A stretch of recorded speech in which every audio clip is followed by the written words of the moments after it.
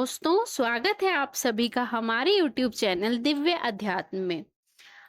आज की इस कथा में हम उस अद्भुत प्रेम और भक्ति के रहस्य को सुनेंगे जिसे समझ पाना आसान नहीं है।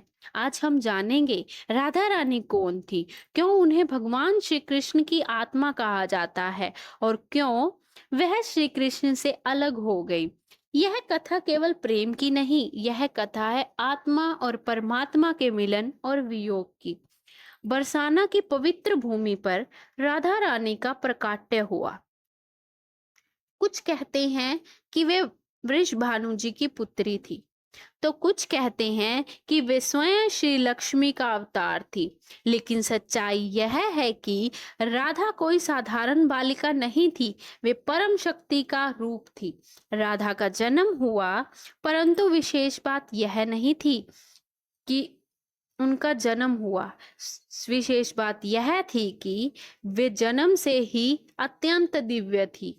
उनकी आंखों में करुणा थी, उनके मुख पर माधुर्य था और उनके हृदय में केवल एक ही नाम बसता था, श्याम सुंदर श्री कृष्ण। वे छोटी सी आयु से ही भक्ति और करुणा का सागर थी। उनके बाल्यकाल की हर बात यह दर्शाती थी कि वे सामान्य जीव नहीं, बल्कि स्वयं भक्ति स्वरूपा देवी हैं। अब आते हैं उस प्रसंग पर जहां वृंदावन की धरती पर भगवान श्री कृष्ण ने अपनी लीलाएं की। यमुना के तट पर, गोवर्धन के पास, गोकुल की गलियों में जब जब श्री कृष्ण अपनी बंसी बजाते तब पूरा वातावरण थम जाता।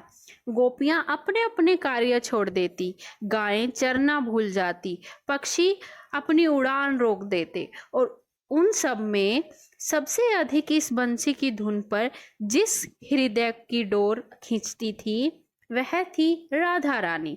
राधा रानी और कृष्ण का मिलन केवल दो व्यक्तियों का नहीं था, यह मिलन था आत्मा और परमात्मा का संगम। कृष्ण जब बंसी बजाते तो वह केवल धुन नहीं होती, वह राधा को पुकार होती थी। जब राधा वहां दौड़कर पहुंचती तो यह केवल प्रेम नहीं था, यह अत्यंत भक्ति का प्रवाह था। वृंदावन की गलियां, नंद बाबा का आंगन, गोपियों का साथ, रासलीला का अद्भुत दृश्य, यह सब केवल एक ही रहस्य को दर्शाता है। कृष्ण और राधा अलग अलग दिखते हैं, पर वे वास्तव में एक ही है। अब प्रश्न आता है, राधा रानी कौन है? राधा का अर्थ है जो कृष्ण का आधार हो। कृष्ण यदि ईश्वर है तो राधा उनकी शक्ति है। कृष्ण यदि सागर है तो राधा उनकी लहरें हैं।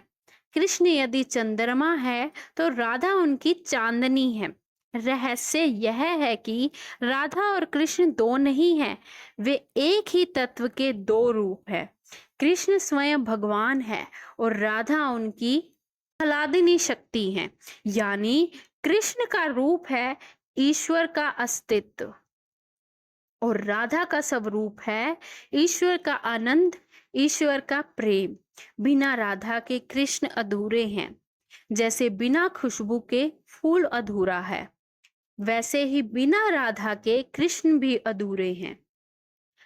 अब सबसे बड़ा प्रश्न, यदि राधा और कृष्ण एक है तो फिर वे अलग क्यों हुए?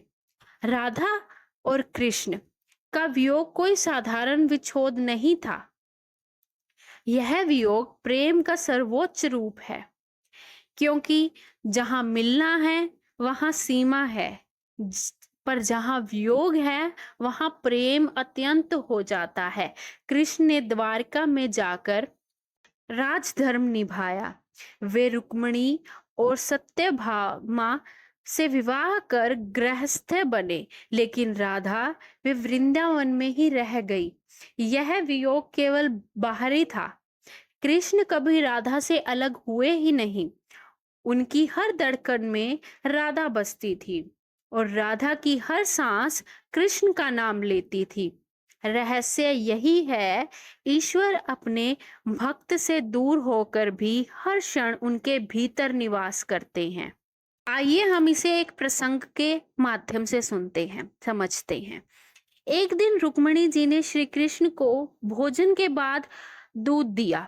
दूध अत्यधिक गर्म था, जिससे श्री कृष्ण के हृदय में जलन हुई और उनके श्रीमुख से निकला, हे राधे। ये सुनते ही रुक्मिणी जी ने पूछा, प्रभु ऐसा क्या है राधा रानी में कि आपकी हर सांस पर उन्हीं का नाम होता है? मैं भी तो आपसे प्रेम करती हूँ। श्री कृष्ण मुस्कुराते हुए बोले, देवी आपने कभी राधा रानी से भेंट की है? अगले दिन रुक्मिणी जी राधा रानी से मिलने उनके महल पहुंची। कक्ष के बाहर उन्होंने एक अत्यंत सुंदर स्त्री को देखा, जिनके मुख पर दिव्य तेज था। रुक्मिणी ने सोचा, यही तो राधा रानी होंगी, और उनके चरणों में झुक गई। तभी वे स्त्री बोली, देवी आप कौन हैं? रुक्मिणी जी ने अपना परिचय दिया और आने का कारण बताया। वे स्त्री मुस्कुराते हुए बोली, मैं तो राधा रानी की दासी हूँ। राधा जी से मिलने के लिए आपको 7 द्वार पार करने होंगे। रुक्मिणी जी अपने मन में सोचने लगी, अगर उनकी दासी इतनी सुंदर है तो स्वयं राधा रानी की कितनी दिव्य होंगी। जब रुक्मिणी जी राधा रानी के कक्ष में पहुंची, कक्ष में प्रवेश करते ही उन्होंने राधा रानी को देखा, जो अत्यंत सुंदर और रूपवान, तेजस्वी, अपूर्व दिव्यता से युक्त। उन्होंने देवी रुक्मिणी जी को प्रणाम किया। देवी रुक्मिणी जी उन्हें देखते ही सहसा उनके दिव्य चरणों में गिर पड़ी, लेकिन तभी उनकी दृष्टि राधा रानी के शरीर पर पड़ी, जहां जगह जगह छाले पड़े हुए थे। रुक्मिणी जी ने आश्चर्य से पूछा, देवी आपके शरीर पर ये छाले कैसे पड़े? राधा रानी ने शांत स्वर में उत्तर दिया, देवी कल आपने श्री कृष्ण को जो दूध दिया था वो अत्यधिक गर्म था, उससे उनके हृदय पर छाले पड़ गए, और उनके श्री हृदय में तो सदा मैं ही वास करती हूँ। इसी कारण वही छाले मेरे शरीर पर पड़ गए।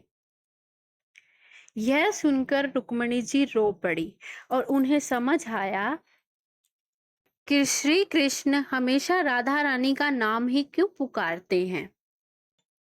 राधा और कृष्ण का प्रेम अपार है।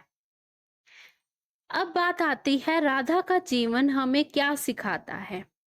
राधा का जीवन प्रेम का अर्थ पाना नहीं है। प्रेम का अर्थ है समर्पण। भक्ति का अर्थ है अपने अहंकार को मिटाकर केवल कृष्ण के लिए जीना। राधा दिखाती है कि निष्काम प्रेम ही सच्ची भक्ति है। राधा ने यह संदेश दिया, यदि तुम्हें कृष्ण चाहिए तो पहले राधा का भाव अपनाओ, क्योंकि कृष्ण तक पहुंचना केवल राधा की कृपा से ही संभव है। अब अंत में इस कथा का सार यही है, राधा मतलब भक्ति, कृष्ण मतलब भगवान, मिलन मतलब आत्मा और परमात्मा का संगम, वियोग मतलब भक्त और भगवान के बीच की तड़प, जो प्रेम को अत्यंत बना देती है, अनंत बना देती है। राधा और कृष्ण का रहस्य यही है कि वे दो होकर भी एक हैं। उनका मिलन और वियोग केवल हमें यही सिखाता है कि सच्चा प्रेम कभी खत्म नहीं होता, वह वियोग में और भी बढ़ जाता है। इसीलिए तो जब हम राधे राधे कहते हैं तो समझो हमने श्री कृष्ण को पा लिया। इसीलिए हमारे मुख पे हमेशा राधे राधे का नाम रहना चाहिए। दोस्तों, हमारी वीडियो यहीं खत्म होती है। कल फिर मिलेंगे एक नई वीडियो के साथ। राधे राधे।